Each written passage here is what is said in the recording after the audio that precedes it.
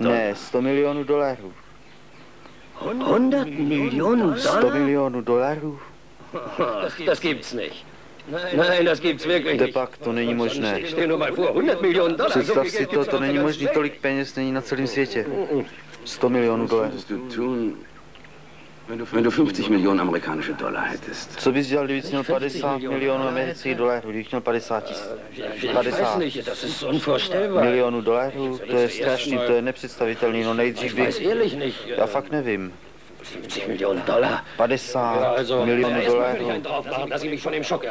No nejdřív bych si koukal z toho zpamatovat a pak bych stavěl nějaký špitály, školy, podporovat národ, stavět byty a starat se o to, aby každý vydělal slušný peníze, protože si myslím, že každý má právo na všechno.